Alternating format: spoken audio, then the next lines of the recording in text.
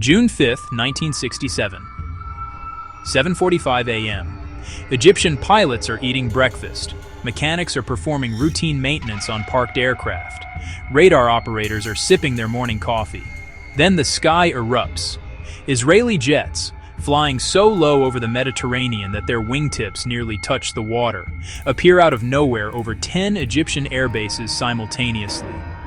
In the next 3 hours, 300 Egyptian aircraft will be destroyed. Most of them never leave the ground.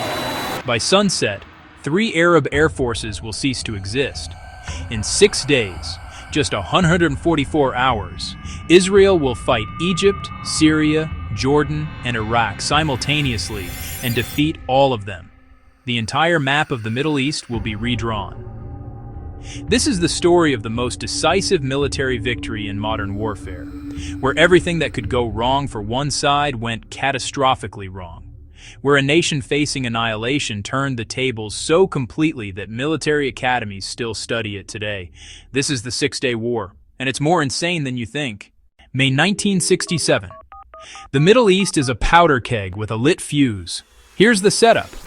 Israel is 19 years old, surrounded by enemies who've openly declared it shouldn't exist. Egypt to the south, Syria to the north, Jordan to the east, all of them with armies, tanks, and a single goal: destroy Israel. The provocations. In April, Israeli jets shoot down 6 Syrian fighter planes in a dogfight. Syria is humiliated and calls on Egypt for help. Then Soviet intelligence, either mistaken or deliberately lying, tells Egypt that Israel is massing troops to invade Syria. It's completely false. UN observers confirm there's no buildup. But Egyptian President Gamal Abdel Nasser acts anyway. On May 14th, Egypt moves 100,000 troops into the Sinai Peninsula. War isn't declared yet, but everyone knows what's coming. On May 16th, Nasser kicks out UN peacekeepers who've been keeping the buffer zone stable for 11 years. The safety net is gone. The point of no return. On May 22nd, Nasser closes the Straits of Tiran, Israel's only shipping route to Africa and Asia. Israel has repeatedly said that closing the straits would be an act of war. Nasser does it anyway. Now here's the crazy part. Nasser probably doesn't want actual war. He's posturing, trying to look strong for the Arab world. But he's backed himself into a corner. He can't back down without looking weak. On May 30th, Jordan's King Hussein, who actually wants to stay neutral, flies to Cairo and signs a defense pact with Egypt. Now Jordan's army is under Egyptian command. The impossible math. Israel looks at the numbers and it's terrifying. Egypt, 100,000 troops in Sinai, 950 tanks. Syria, 75,000 troops, 400 tanks. Jordan, 55,000 troops, 270 tanks. Combined, over 400 combat aircraft facing them. Israel's 264,000 troops, mostly civilians called up as reserves. 800 tanks, 300 aircraft. But numbers aren't even the worst problem. Geography is. Israel is 9 miles wide at its narrowest point. 9 miles. If Arab armies break through, they can cut Israel in half before lunch. There's no strategic depth, no room to retreat, no second chances. In Tel Aviv, parks are being prepared as mass graves. Israeli mothers are digging trenches. Holocaust survivors, people who barely escaped gas chambers 20 years earlier, are watching Arab radio broadcasts promising to push the Jews into the sea. The decision Israeli Prime Minister Levi Eshkol desperately searches for diplomatic solutions. The United States says, "We support you, but we won't fight for you." Britain and France say no. The UN does nothing. Israel is alone. On June 4th, the Israeli cabinet votes for war. Not because they want war, because they believe if they don't strike first, there won't be an Israel left to defend. The order goes out, Operation Focus, launch at dawn. Every Israeli pilot understands this mission either saves Israel or it's over. June 5th, 7:14 a.m. Israeli time. 182. Israeli aircraft take off. That's not most of Israel's air force. That's virtually every combat aircraft Israel has. Only 12 fighters stay behind to defend Israeli airspace. If this fails, Israel is defenseless. The planned Israeli Air Force commander Mordecai Hod has planned this operation for months. Every detail has been rehearsed. Pilots have practiced the routes so many times they can fly them blindfolded. Here's the genius. Instead of flying directly toward Egypt, Israeli jets fly west over the Mediterranean, away from Egypt, to avoid detection. Then they turn south, approaching Egypt from the direction of the sea where the Egyptians aren't watching.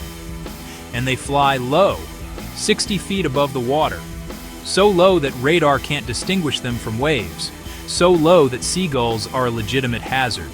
The Egyptians see nothing. 7:45 a.m. The strike. At 7:45 Egyptian time, Israeli aircraft appear over 10 Egyptian air bases simultaneously. The timing is perfect.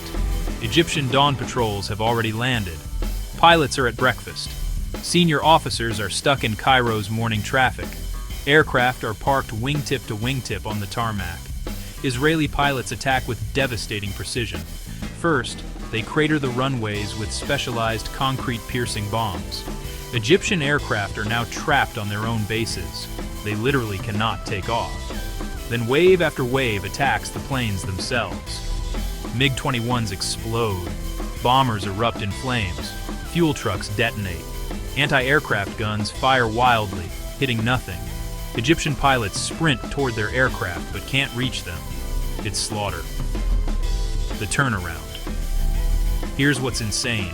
Israeli jets return to base, refuel, rearm, and conduct basic maintenance in 7 minutes. 7 minutes.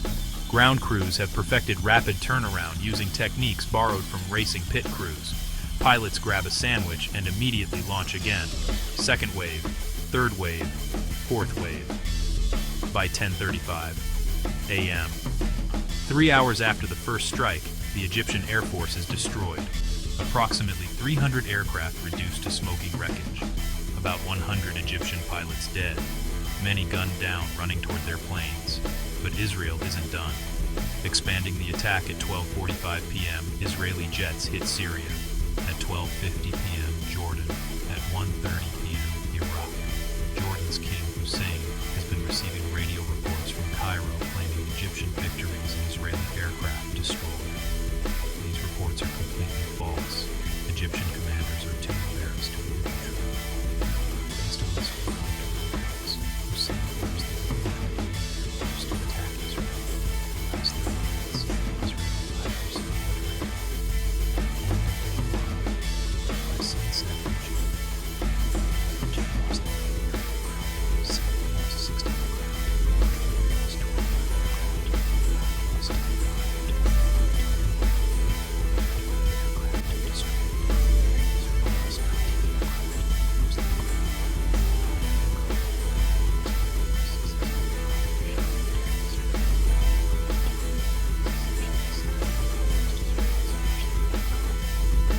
aircraft, most of them That's where the real drama happens. While Israeli pilots are destroying the Egyptian Air Force, Israeli tanks are rolling into the Sinai desert. Egypt has spent 10 years fortifying Sinai. Trenches, bunkers, minefields, barbed wire. A defensive line over 100 miles long. At key positions like Abu Agila, Egyptian forces have constructed elaborate fortresses with artillery, tanks in defensive positions, and thousands of infantry. This should be impossible to break through quickly. Israel attacks with 3 divisions. In the north, General Israel Tal, nicknamed Talik, Israel's premier armor commander, smashes toward the coastal road and El Arish. In the center, General Avraham Yof does something crazy. He drives his division through sand dunes that the Egyptians think are impassable for tanks. Yof proves them wrong, appearing behind Egyptian lines where he shouldn't be possible.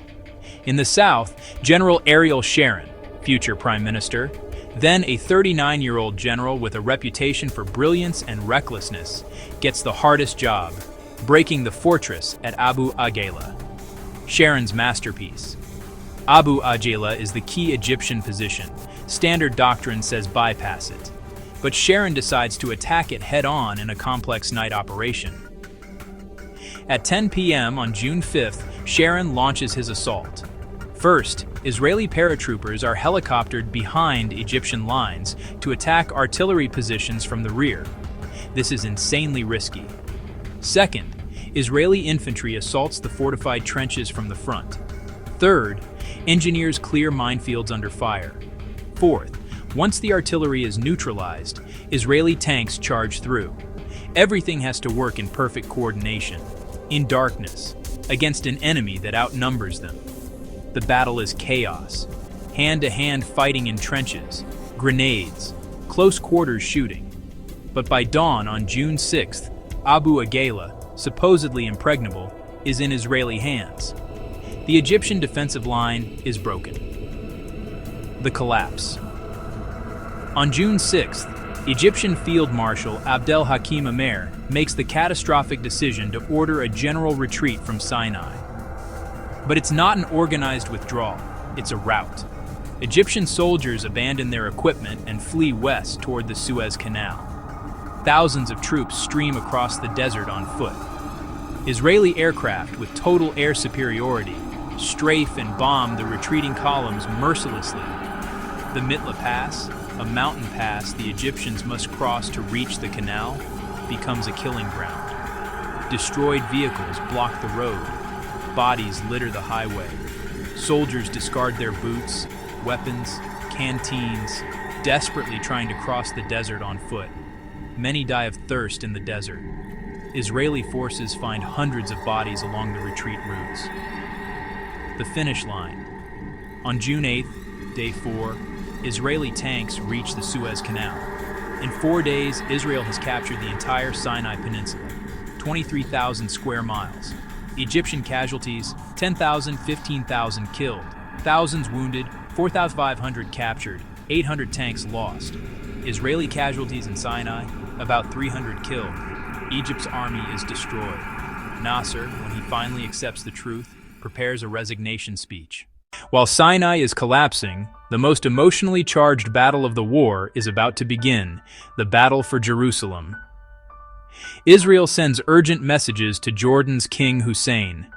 Don't attack us, stay neutral, we won't touch you.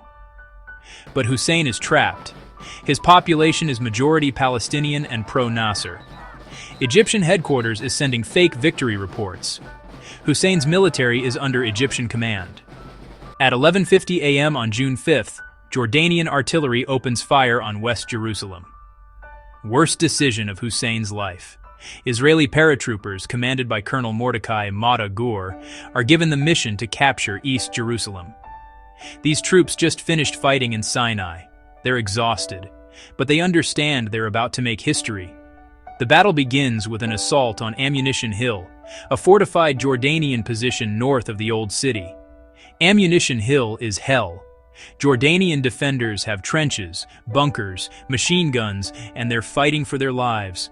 Israeli paratroopers assault in darkness. The fighting is savage. Hand grenades, submachine guns, hand-to-hand combat in the trenches. 4 hours later, Ammunition Hill falls, but the cost is devastating. 36 Israeli paratroopers killed out of 71 who attacked. By June 7th, Israeli forces control most of East Jerusalem except the Old City itself, the ancient walled city containing the holiest sites of Judaism, Islam, and Christianity. Defense Minister Moshe Dayan is hesitant. Fighting in the Old City could damage irreplaceable religious sites. International outrage could be massive, but the opportunity is too significant to miss. On the morning of June 7th, Israeli paratroopers enter through Lion's Gate. They expect fierce resistance, but Jordanian forces, seeing the war is lost, have largely withdrawn. At 10:08 a.m., Colonel Gur's voice crackles over the radio. The Temple Mount is in our hands. I repeat, the Temple Mount is in our hands. Israeli soldiers reach the Western Wall, the holiest site in Judaism, inaccessible to Jews since 1948. Photographs from that moment show battle-hardened soldiers weeping, praying, touching the ancient stones. For many Holocaust survivors, refugees from Arab countries, it's overwhelming. This isn't just military victory, this is homecoming. While Jerusalem grabs headlines, Israeli forces capture the entire West Bank, Bethlehem, Hebron, Nablus, Jericho, all fall within days. By June 9th, Israeli tanks reach the Jordan River. King Hussein has lost half his kingdom. Jordan's casualties, 6,000 killed or wounded. About 300,000 Palestinians flee or are forced across the Jordan River into Jordan. They become refugees, many for the second time. By day 4, Egypt and Jordan are defeated, but Syria remains, and Israel has a score to settle. For 19 years, Syrian artillery on the Golan Heights has randomly shelled Israeli farming settlements in the valleys below. Farmers work in bomb shelters. Children sleep underground. Schools are built in bunkers. Israeli kibbutzniks in the north have been demanding action for years. Now, with Syria's air force destroyed and Egypt beaten, the opportunity exists. But the Golan is a fortress. The Golan Heights is a volcanic plateau rising sharply above the Sea of Galilee. Syrian positions are concrete bunkers carved into volcanic rock. Minefields, anti-tank ditches, interlocking fields of fire. Attacking uphill against prepared defenses is every general's nightmare. Multiple Israeli commanders believe it can't be done without massive casualties. But Defense Minister Dayan authorizes the assault. If Israel is going to take the Golan, it has to be now, before the UN forces a ceasefire. At 11:30 a.m. on June 9th, day 5, Israeli forces attack. Israeli infantry and combat engineers climb the heights under withering fire. Syrian defenders have perfect sight lines. Every approach is covered by artillery and machine guns. Bulldozers try to clear minefields while under direct fire. Tanks struggle up steep slopes. Infantry take casualties with every meter gained. The fighting through the night of June 9th-10th is brutal. Small unit actions. Bunkers cleared one by one. Israelis using grenades and flamethrowers. Syrians fighting from prepared positions. It's the costliest battle of the war. Israeli casualties mount rapidly. Then, on the morning of June 10th, something unexpected happens. Syrian resistance collapses. Syrian commanders, seeing the first defensive line broken, panic and order a general retreat. Syrian radio broadcasts that Quneitra, the main city on the Golan, has fallen. This is premature and false, but it causes mass panic. Syrian soldiers abandon their positions and flee toward Damascus. Israeli forces, exhausted from climbing the heights, suddenly find themselves pursuing a fleeing enemy across the plateau. By midday, Quneitra falls, abandoned, not captured in battle. Israeli tanks are now about 40 miles from Damascus. Some commanders urge pushing to the Syrian capital, but Dayan refuses. Taking Damascus would internationalize the conflict beyond control. The Soviet Union has warned it will intervene if Syria collapses. At 6:30 p.m. on June 10th, Israel accepts a UN ceasefire. The six-day war is over. The Golan assault lasted less than 2 days but cost 115 Israeli lives, 15% of total Israeli casualties. 6 days, 144 hours. The map of the Middle East is redrawn. The final score. Israel has tripled its territory, capturing the entire Sinai Peninsula, the West Bank and East Jerusalem, the Gaza Strip, the Golan Heights. Final casualties. Israel, 776 killed Arab forces, approximately 18,000, 21,000 killed equipment losses. Arab forces, Vator 50 aircraft, 800 tanks. Israel, 46 aircraft, 100 tanks. It's one of the most lopsided military victories in modern history. The paradox. But here's the twist. Israel won everything militarily and created problems that persist today.